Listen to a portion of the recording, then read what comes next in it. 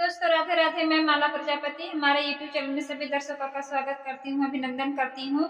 आज मैं एक बहुत ही प्यारा कहरवा नाच गीत लेकर आई हूँ। अगर आप सभी को अच्छा लगे तो प्लीज लाइक करना, कमेंट करना और मेरे चैनल को सब्सक्राइब करना।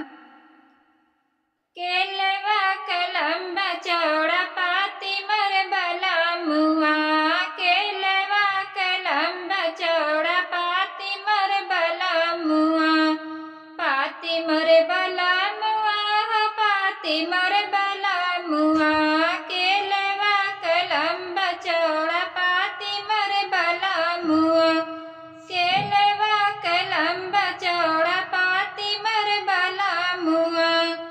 जब माही जनत ससुर हई है लाठ बाजेवा, जब माही जनत ससुर हई है लाठ बाजेवा, दुआरे पे खूटेवा गड़व मर बला मुआ, दुआरे पे खूटेवा गड़व मर बला मुआ, केलवा कलम्बा चौड़ा पाती मर बला मुआ, केलवा कलम्बा चौड़ा पाती मर बला मुआ।